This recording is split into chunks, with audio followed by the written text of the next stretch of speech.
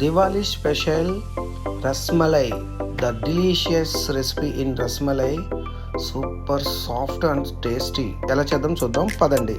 Hi hello నమస్తే, welcome back to Raju kitchen. ముందుగా కడాయిలోకి 1 litre వరకు పాలు తీసుకున్నాము. పాలు బాగా మరిగిద్దామండి. 1 లీటర్ పాలు ఫుల్ క్రీమ్ పాలు తీసుకున్నామండి.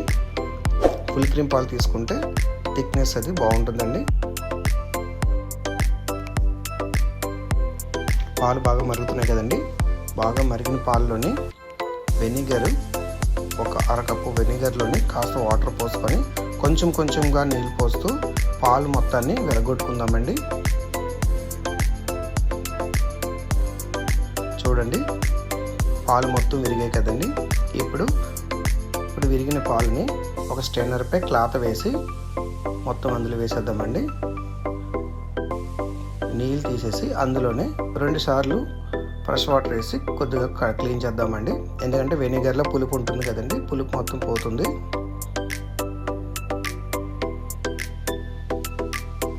నీరు మొత్తం పోయి ఒక అరగంట వరకు పక్కన పెడదామండి. ఇప్పుడు మరొక బాణీలోని 1 కప్పు వరకు పంచదార వేసుకొని అందులోనే 2 కప్పుల వరకు నీళ్ళు పోసుకొని లేత పాకం వస్తే సరిపోతుందండి.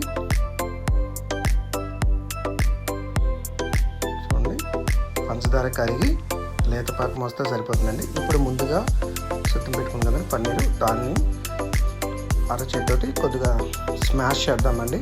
ఒక 10 నిమిషాల వరకు చాలా స్మూతీగా వస్తుందండి, అంతవరకు చేయాలి.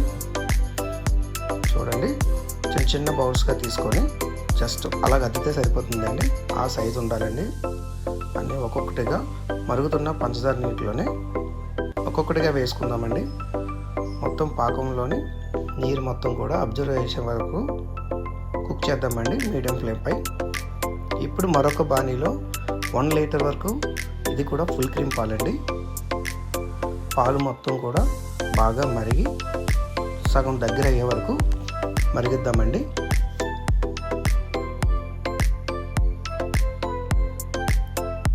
ఒక కప్పులోని 1 టేబుల్ స్పూన్ కస్టర్డ్ పౌడర్ అండి. ఇది కాస్త పాలు వేసి ఇది తీసి పక్కన పెట్టుకుందాము.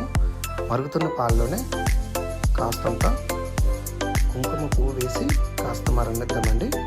ఇప్పుడు మరుగుతున్న పాల్లోనే 1 అరకప్పు వరకు షుగర్ అండి. షుగర్ పూర్తిగా కరిగే వరకు కాస్త పాలు మరిగిద్దామండి. ముందుగా కలిపి పెట్టుకున్నాం కదండి కస్టర్డ్ పౌడర్ వాటర్, ఇది కూడా అందులోనే వేసేద్దాము. మొత్తం పాలన్నీ దగ్గరగా చిక్కబడ్డాయి కదండి. చూడండి, అంత థిక్నెస్ ఉండాలండి. 1 లీటర్ పాలు వేసామంటే కనీసం ఒక 1/2 లీటర్ వరకైనా పాలు మరగాలండి. ఇప్పుడు ముందుగా పంచదార పాకంలో కుక్ అయ్యాయి కదండి రసమలాలు, అవి ఒక్కొక్కటిగా వేరే బౌల్లోకి వేసుకుందామండి.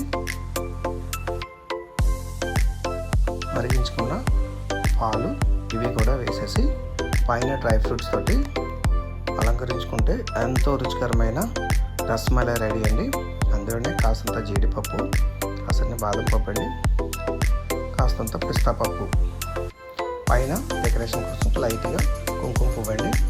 ఇది ఏం చేద్దామండి, ఫ్రిడ్జ్లో పెట్టాలండి. కనీసం 5 గంటలు ఫ్రిడ్జ్లో పెట్టాలి. చల్లగా తీగా చాలా అంటే చాలా ఎక్సలెంట్గా ఉంటుందండి. మీకు నచ్చిందా? నచ్చితే ప్లీజ్ ఒక సబ్స్క్రైబ్ చేయండి. ఎంతో డెలిషియస్ రెసిపీలా రెడీ అండి. టేస్ట్ చేసి చూద్దాము.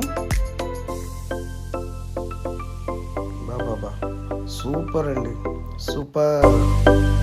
Thank you for watching.